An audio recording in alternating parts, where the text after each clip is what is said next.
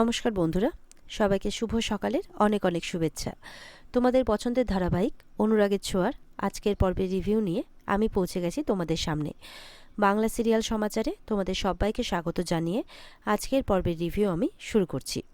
শুরুতেই যেটা আমরা দেখতে পাচ্ছি যে সূর্য গেছে মন্দিরে মনের শান্তির জন্যে। যতক্ষণ না মনে শান্তি পাবে ততক্ষণ বাড়ি যাবে না, এখানেই থাকবে। ওদিকে দীপাও মন্দিরে প্রার্থনা করছে।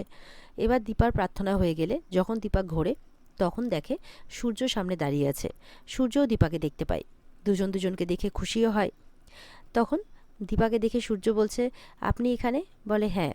বলে সরি ম্যাম, আমার মেয়ে আপনার সাথে একটু খারাপ ব্যবহার করে ফেলেছে। তখন বলছে আমি বুঝি। বলছে আসলে ওর মা নেই তো সেই কারণে। বলে আমি বুঝি যে ওর আমার সাথে কোনো একটা সমস্যা আছে। দীপা বলছে, আর কে বলেছে যে ওর মা নেই? এমনও তো হতে পারে যে ওর মা আছে, হয়তো ফিরে আসবে। তখন সূর্য বলছে যে আসলে আমার সব কথা মনে থাকে না, ভুলে ভুলে যায়। দীপা বলছে দেখবেন সব কিছু ঠিক হয়ে যাবে একদিন। তখন সূর্য বলছে আপনার মধ্যে একটা আলাদাই পজিটিভিটি আছে, ভালো লাগে আপনার সাথে কথা বলে, শান্তি লাগে। সূর্যকে বলছে দীপা যে এইভাবেই হঠাৎ পাওয়া আনন্দগুলো মন ভালো করে দেয়। সূর্য বলছে একদম ঠিক বলেছেন, এই যে আপনি দিল্লি থেকে কলকাতায় এসেছেন আমার মন এমনি ভালো হয়ে গেছে। দীপা বলছে কেন? দীপা বলছে আপনার মন খারাপ ছিল বুঝি? সূর্য বলছে আসলে দিল্লি থেকে কলকাতায় চলে এলাম, আপনাকে একবারও বলে আসতে পারলাম না, তাই মনটা চাইছিল যে একবার যাতে আপনার সাথে দেখা হয়, আর ঠিক ভগবান আপনার সাথে আমার দেখা করিয়ে দিলেন। দীপা বলছে মন থেকে কিছু চাইলে ঠিক পাওয়া যায়, মা বোধহয় আমাদের কথা শুনতে পেয়েছেন। এরপরে সূর্যের ঠাকুর পুজো হচ্ছে, ঘণ্টা বাজছে, আরতি হচ্ছে। এই সমস্ত কিছু দেখে যেন সূর্যের কিছু একটা মনে পড়ছে যে এই মন্দিরের সামনেই বিয়ে হয়েছিল, কোনো একটা বিয়ে হয়েছিল, সূর্য সিঁদুর পরিয়েছিল, এরকম একটা আবছা স্মৃতি তার সামনে ভেসে আসছে। সূর্য বলছে ঠিক এইখানেই কারো একজনের সাথে আমার দেখা হয়েছিল। দীপা বলছে কার সাথে? মনে পড়ছে কিছু আপনার? বলছে যে হ্যাঁ, মনে করতে যাবে কি, ঠিক সেই সময় উর্মি চলে আসে পুরো পরিবারকে নিয়ে। দাদাই, আপনি এখানে কি করছেন এত রাত্রে এখানে? আপনি জানেন না আমরা কতটা চিন্তা করব? তখন সূর্যের কাকিয়া বলছে ওকে দোষ দিচ্ছ কেন? ওর দোষ নেই তো, যে ওকে এখানে ডেকে এনেছে তাকে জিজ্ঞাসা করো। তখন দীপা আবারও বিরক্তি বোধ করে। সূর্য বলছে ওফ, যেটা জানো না সেটা নিয়ে কেন কথা বলছো? আমার বাড়িতে মন ভাল লাগছিল না, তাই আমি এখানে এসেছি। এখানে আসার পর আমার ওনার সাথে দেখা হয়েছে। উর্মি বলছে আর যেই দেখা হলো সেই আপনি ওনার সাথে গল্প করতে বসে গেলেন? তখন সূর্যের বাবা বলছে একটু মুখ সামলে কথা বলো, এটা মন্দির, এখানে এই সমস্ত অশান্তি করো না। এরপরে উর্মি বলছে সূর্যকে নাকি নিয়ে যাবে এখান থেকে। সূর্য বলছে তোমার যাওয়ার ইচ্ছা হয় তুমি চলে যাও, আমাকে এইভাবে জোর করতে পারো না, আমার যখন ইচ্ছা হবে আমি তখন যাব। জয়রা বলছে উর্মিরা যে আপনাকে এখান থেকে না নিয়ে আমরা কেউ কোথাও যাব না। এরপরে সূর্য যখন যেতে রাজি হয় না তবুও উর্মিরা বলছে আপনাকে যখন নিতে এসেছি নিয়েই যাব। এরপরে একদিকে সূর্যের মেয়ে সোনা আর একদিকে উর্মি সব ধরে বেঁধে তার বাবাকে নিয়ে চলে যায়। সূর্যও চলে যায়। দীপা অবাক হয়ে যায় যে মানুষটাকে কি করে রেখেছে সবাই মিলে। ঠাকুরকে বলছে দীপা যখন আমার না চাওয়াতেই এতটা কাছে এনেছো ওনাকে, তখন তুমি সব কিছু ঠিক করে দাও, আমাকে তুমি শক্তি দাও, এই প্রার্থনা করছে দীপা। এদিকে দেখা যাচ্ছে পরের দিন রূপা তার মাকে বলছে তোমার সারা রাত ঘুম হয়নি তাই না? দীপা বলছে বুঝতেই তো পারছিস নিজের জায়গা ছেড়ে এসেছি। তখন বলছে কোনটা তোমার নিজের জায়গা? দিল্লি তোমার নিজের জায়গা, না এর আগে যেখানে ছিলে সেটা তোমার নিজের জায়গা? দীপা বলছে কতটুকু জীবনে দিতে পেরেছি, যেখানে যা পেয়েছি, মাথার ছাদটুকু যেভাবে পেয়েছি সেটাকেই নিজের বলে মনে করেছি। রূপা বলছে এখন তোমার আর কোনো চিন্তা নেই, এখন তোমার বাড়ি আছে, নিজের বাড়ি, তোমার মেয়ের বাড়ি, তুমি সেখানে যাবে। অবিনাশ বলছে একদম ঠিক, একদম ঠিক কথা বলছে আপনার মেয়ে। তখন দীপা চিন্তা করছে যে অবিনাশকে ছেড়ে কিভাবে যাবে, কারণ উনি অসুস্থ, ওনার ওষুধপত্র খাবার দাবার সব কিছু দেখতে হয় টাইপ টু টাইপ। অবিনাশ তখন বলছে দেখুন আমারও তো একটা প্রাইভেসি বলে কথা আছে নাকি, তো আমিও এখানে সুন্দর শান্তি মতো করে একা নিজের মতো করে থাকবো, তাই না? আপনি যান, কোনো অসুবিধা হবে না আমার। তখন দীপা কি করে, অবিনাশের অনেক রিকোয়েস্টে দীপা রাজি হয়। আর যাওয়ার সময় দীপা অবিনাশের জন্য ওয়েটারকে সব কিছু বুঝিয়ে যায়, ডিনার লাঞ্চ কখন কোন টাইমে কোনটা দেবে, মাঝে মধ্যে এসে খোঁজ খবর করবে, ওষুধপত্র সব কিছু ভালো মতো করে বুঝিয়ে যায়। এরপরে রূপার বাড়িতে যাই, গিয়ে দীপার বেশ ভালো লাগে, বলছে বেশ সুন্দর করে গুছিয়ে রেখেছিস বাড়িটাকে, ভাল লাগলো এসে। তখন রূপা বলছে আসলে একা থাকি তো, গুছোতে পরিষ্কার পরিচ্ছন্ন রাখতে একটু সুবিধেই হয়। বলে তোর ভাল লাগে একা থাকতে? তখন রূপা যেন কথাটা কাটিয়ে যাচ্ছে, বলছে জানিস তো, আমরা ওপর থেকে যতই দেখাই না কেন যে আমরা বদলে গেছি আলাদা রকম, কিন্তু ভেতর থেকে আমরা চাই যে সবাই মিলে যদি একসাথে থাকতে পারতাম তাহলে কতটা ভালো হতো। এবার রূপা কিন্তু সেই কথাগুলো কাটিয়ে তার মাকে বলছে, মা কী খাবে বলো, তোমার জন্য জল এনে দিই? বলছে তোর মাকে নিজের বাড়িতে ডেকে জল খাওয়াবি শুধু? বলে না না, বলো কী খাবে, তুমি তো কফি খাও না, চা খাবে নাকি শরবত খাবে? তখন বলছে ঠিক আছে যা, তুই চাই নিয়ে আয়। এই বলে চা আনতে চাই, সেই ভাগে দীপা কিন্তু ফোন করে কৃষ্ণকে ফোন করে এই বাড়িতে ডাকে, বলে যে কিছু কথা বলার আছে। কৃষ্ণ বলে ঠিক আছে, একটু সময় দিন, আমি আসছি। ওদিকে দীপার জন্য চা নিয়ে আসে রূপা। দীপাকে দেখে বেশ খুশি লাগছে, বলে কি ব্যাপার মা, এত খুশি? বলে হ্যাঁ, তোর এখানে এসে মনটা হঠাৎ করে ভালো হয়ে গেল, মনে হচ্ছে বাজার টাজার করে এনে জমিয়ে রান্না করে খাই, চল। বলে কি ব্যাপার, তুমি বাজার মানে জমিয়ে, মানে মনে মনে ভাবছে যে এরকম একটা সিচুয়েশনে মা জমিয়ে বাজার করে রান্না বান্না করে খাওয়ার কথা ভাবছে। না, মাকে আমি চিনি, নিশ্চয়ই কোনো ব্যাপার আছে।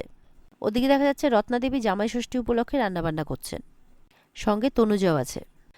এদিকে তো রত্নাদেবী রান্নাবান্না সমস্ত কিছু হয়ে গেছে, এবার উনি জামাই ষষ্ঠী দেবেন আর কি। তো তনুজাও বলছে হ্যাঁ উনি আজকে অনেক রান্নাবান্না করেছেন। জয় বলছে এত কিছু করার কি দরকার ছিল মা? তখন উর্মি বলছে কেন, মা ভালোবেসে রান্না করেছে, তোমার ভাল লাগেনি জয়?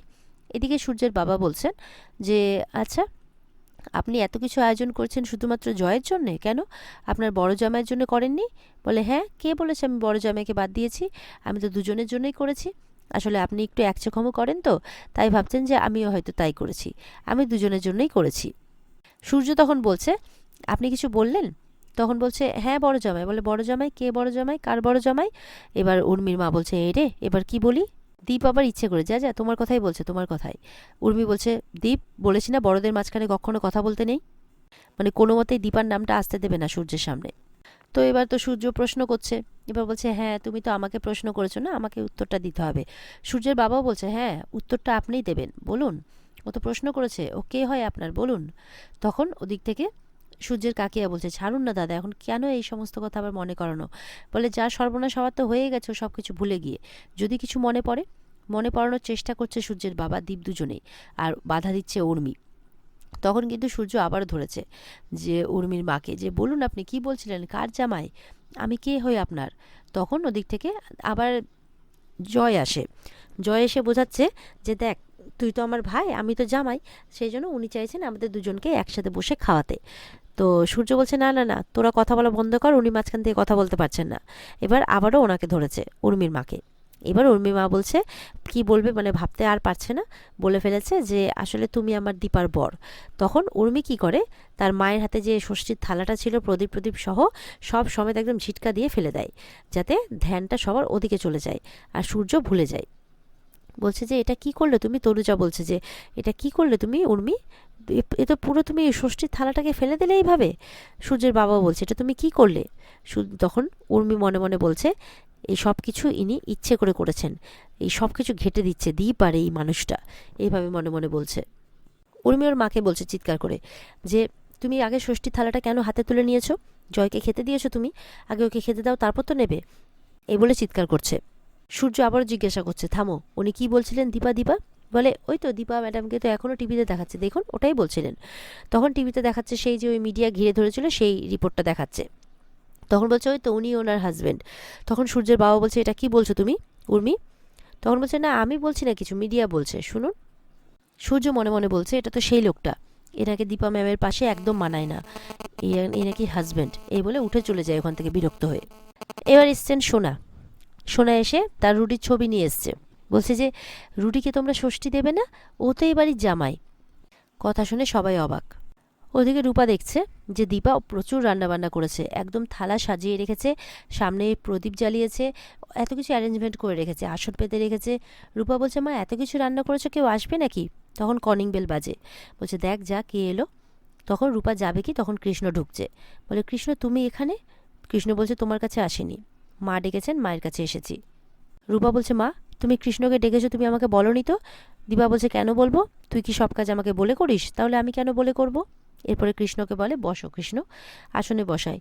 কৃষ্ণ বলছে এই সব কিছু কি? বলে এই সব কিছু আমি তোমার জন্য রান্না করেছি নিজে হাতে, ঝটপট খেয়ে নাও তো দেখি। এই বলে ষষ্ঠীর বাটা দিচ্ছে, পাখার বাতাস করে দিচ্ছে, প্রদীপ ঘোরাচ্ছে, বলে আপনি তো আমাকে ষষ্ঠী দিচ্ছেন, একটা গিফটও দেয়, সেই গিফটের মধ্যে খুব দামি একটা রিস্ট ওয়াচ আছে। বলে এটা তো খুব দামি। বলে হ্যাঁ, সময়টা এর থেকেও বেশি দামি। এই সময়ের মধ্যে তোমাদের সম্পর্কটাকে তোমরা এবার ঠিক করে নাও। এই কথা শুনে কৃষ্ণ কিন্তু উঠে পড়ে, কিছুতেই না, কিছুতেই এটা হতে পারে না। রায় আমাকে তার জীবন থেকে ইচ্ছাকৃত সরিয়ে দিয়েছে, রাখেনি তার জীবনে, তাই আমি এই ব্যাপারটা কোনোদিনও ভুলতে পারবো না, চাইলেও না। ওদিকে রূপা বলছে, যেই মানুষটা আমাকে বোঝেই না সেই মানুষটার সাথে আমিও কোনো সম্পর্ক রাখতে পারবো না। দীপা বলছে, দেখো, আমার আর ডাক্তারবাবুর মধ্যে অনেকবার ভুল বোঝাবুঝি হয়েছে, অনেকবার আমরা দূরে থেকেছি, কিন্তু আমাদের মধ্যে ভালোবাসা কিন্তু কখনো কমে যায়নি, বরঞ্চ আরও বেড়েছে। এবার তোমরাও তোমাদের মধ্যে সব কিছু ঠিক করে নাও। তখন দুজনেই রাজি নয়। রূপা একদিকে চলে যায়, কৃষ্ণ রেগেমেগে বাইরে বেরিয়ে চলে যায়। দীপা তখন মনে মনে ভাবছে, দুজনের মধ্যে ভালোই মান অভিমান হয়েছে, আমি সবটা ঠিক করতে পারবো তো? ওদেরকে আবার এক করতে পারবো তো? আর এখানেই আজকের পর্ব শেষ হয়ে যায়। তো এই ছিল আজকের পর্বের রিভিউ। ভালো লেগে থাকলে কমেন্টে জানাবে, আর আমাদের সাথে জুড়তে আমাদের চ্যানেলকে সাবস্ক্রাইব করে দেবে।